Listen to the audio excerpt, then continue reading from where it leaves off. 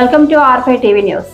ప్రభుత్వ గోడౌన్ పై విజిలెన్స్ పంజా. ప్రొద్దుటూరులో ప్రభుత్వ బియ్యం గోడౌన్ పై విజిలెన్స్ అధికారుల మెరుపు దాడులు.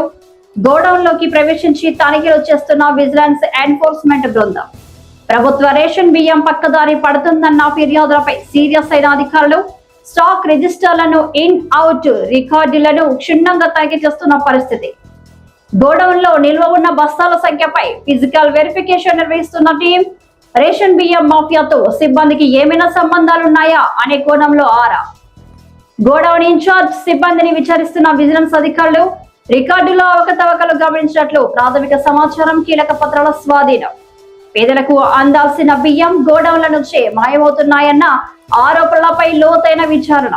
తనిఖీల వివరాలను ఉన్నతాధికారులకు నివేదిక రూపంలో పంపనున్న విజిలెన్స్ టీం.